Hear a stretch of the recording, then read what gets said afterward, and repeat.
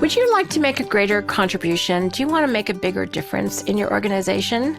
Stay tuned for part 2 of Managing Up. Hi, Shannon Waller here, and welcome to Team Success. Today, I actually want to go back to something I've talked about. And the last time I talked about, though, was March of 2014. So it's kind of time for an update. And it's called Managing Up, Part 2. I'm doing this because I've been asked for a little more detail, a little more explanation, and I want to share just some recent experiences I've had that have given me some more clarity on what the heck managing up actually means. What it means is that you, as a team member or even team leader with your owner entrepreneur, is that you are looking out for them. It also means that you are looking at things from their perspective, not just your own. And this is vital. This is actually a leadership capability that I've noticed. And people who are good leaders, especially great leaders, they have a bigger perspective. They're just not focused on the tasks in front of them. They look up to see, okay, what's the longer perspective here? How far can I see down the road? What are other people doing? How are they looking at things? This is actually part of having a leadership mindset. So managing up means looking very specifically at your person, your who, and asking yourself, how are they looking at things? What are they worried about? If you think about strategic coaches, DOS structure, what are their goals? R factors. So, the relationships in terms of your relationship with them, what's their 3-year vision for themselves, for your team, for the company? And then relative to that, what are they worried about? We call those dangers. What are they excited about? We call those opportunities. And what are they confident about? And those are their strengths. And when we get to the practical portion of this, having that conversation with them would be very strategic so that you can find out this intel. You can't really support them if you don't know where they're going or what they're worried about. So why is this important? Well, I think it's important for several reasons. Number one is it's important for the person you're supporting. They could really use your help. They could use your intelligence, your care, your consideration, your perspective, your expertise, your insight on the issues that they're facing, which is probably going to be slightly different than what you're focused on. You're focused on your particular area of expertise, but they have other things that they're also thinking about, and you could undoubtedly make a contribution, even sometimes just by being a sounding board. Even if there's nothing you can actually do, just being the person that they can talk things through with will be huge. So it really benefits them because they've got a partner. They've got someone else who cares. They've got someone to talk things through with. They've got someone to share a different perspective. Everyone has their own way of looking at the world. And if you've listened to even one of these podcasts, you probably know how much I love profiles because it really just gives common language to our perspectives, how we strive, what we care about, what's most important, our strengths, all the things. But it's really valuable to have other people's insights into things. So that's the key one. The other thing is it benefits you. So it benefits you because you learn how you can be of most value. If you think about creating value and providing direction and confidence and capability, you now know what is most important. You know what to emphasize. You know what to de-emphasize. And then you know how you can create value. What can you step into? What can you take off that person's plate? How can you give an idea that might help solve the problem? This is how you can be super valuable. And if you're super valuable, guess what? You get rewarded, you get compensated, you get new, interesting, challenging projects. You're not bored, which is a big danger for a lot of really smart team members. So it's going to help you grow, and you're doing that by really helping to support your team leader. Now, let's dive into some very clear specifics on exactly what you can do, what you can say to make this make sense for you. And I wrote down a whole list of things that I wanted to share with you. So the number one thing you can do is ask, how can I help? So I had a situation where it was kind of took over this somewhat messy project. And what I would have loved more than anything is if one of my talented team members had come and said, you know what? I know things are super chaotic right now. How can I help? Oh my gosh, I would have fallen at their feet in gratitude. Didn't quite happen that way. We worked it out, but still, just that how can I help? If you can recognize that things are hard, challenging, again, chaotic, which is not completely abnormal in entrepreneurial life. And being that person, you're a helper. I always love the story that Mr. Rogers from Mr. Rogers' Neighborhood told. He would talk to his mom about this. There'd be some accident or some, trauma that had happened on the news. And he goes, Mom, it's like bad things are happening. And she would tell him, look for the helpers. There are always people willing to help. Be that helper. Oh my gosh, you will not be forgotten. You'll be remembered. You'll be lauded. You'll be celebrated for being that person who showed up in that moment. Huge. I cannot begin to tell you. The other thing that you can do is not leave them in the dark about what you need to be successful. So this means actually speaking up.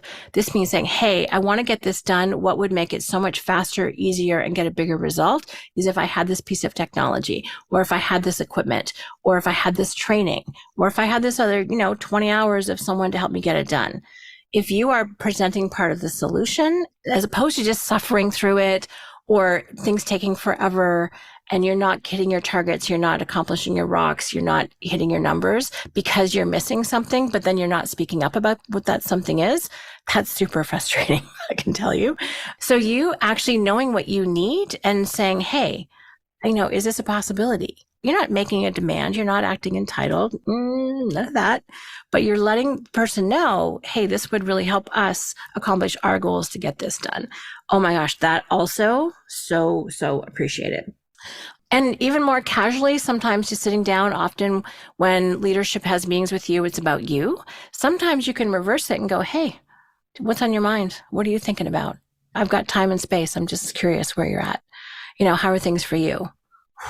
Again, kind of shocking just how few people actually do that. Usually it's very, very well received. Another thing that you can do kind of to be just a generous team member, generous hearted human, is to assume positive intent. So when you are hearing something that might be triggering, that might be hard, that you don't agree with, you're like, what? Do not assume the person or the company is out to get you. They are not. They do not have a personal vendetta against you. And it might be hard. And trust me, I've had my own moments with this sometimes because it can feel very personal. But you're like, the intention's good. I don't really get the strategy or the way it's happening. So I will dig deeper. And this is why I love our strategy circle, which has 4 parts if you've never seen it before. And that strategy circle has your goal, which is what you want to accomplish. At the other end of the page, so left is goal, on the far right is the result. And the result is, what does it look like when it's done and done really, really well? And then you use the result to go back to column 2 and go, okay, what are all of the obstacles that are in the way of accomplishing this result? And then you figure out column 3, what are the strategies to help overcome the obstacles? Well, oftentimes, in terms of where you are in the decision-making process, you might be hearing the strategies. What I have found is it's incredibly useful when I hear a strategy. I'm like, okay, what problem are we trying to solve? And what result are we after here? You can get down to kind of more core principles. I was almost going to say first principles. All of a sudden, you start to see the logic of the framework. There might be a flaw in the logic of the execution, but you're asking good questions. You're being curious as opposed to assuming. And you know what the word assume means from grade school? Makes a ASS out of you and me. You're not assuming something. You're finding out and being curious. You may still not agree with it. Don't get me wrong. But more often than not, in my learning, in my experience, it's like, okay, I see where you're going to get to. I have a different take. Are you open to that? And then it's amazing the kind of conversations that can happen. And often you are going to prevent what I call train wrecks. You're going to prevent this thing that they don't see. They've got a blind spot. They're not cognizant of things from other people's perspective enough. And something that they would have put in place might have been a disaster. And you're going to go, you need to kind of take a look at this. I remember coaching, this is years ago now. And I think I actually talked about this in a podcast about speaking up, but she goes, I can see something really bad happening. And it actually had to do with a client. I said, you have to speak up. This is managing up too. You have to speak up. But she didn't think it was her place. I'm like, it is your place to prevent train wrecks. Please say something. Anyway, she did avoid the train wreck, something the entrepreneur did not see at all. But it was something from her perspective that she was very evident to her that was not evident to him. So this is another form of managing up, is preventing disaster, preventing train wrecks, preventing trauma. Oh my goodness. That's just an intelligent way to make a contribution to a company.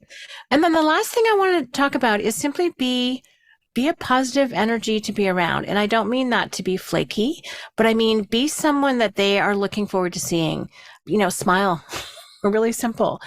Be excited about new ideas. Go, oh, wow, that's really intriguing. I hadn't thought about that. Let's talk about it.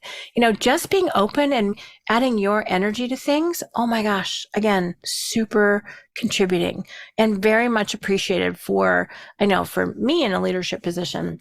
It's like when I've got people who are just willing to play, we'll figure out the game as we go. But it's so great to have playmates that I can have fun with. So that makes a huge difference. And here's a bonus one. And this one's actually from Dan.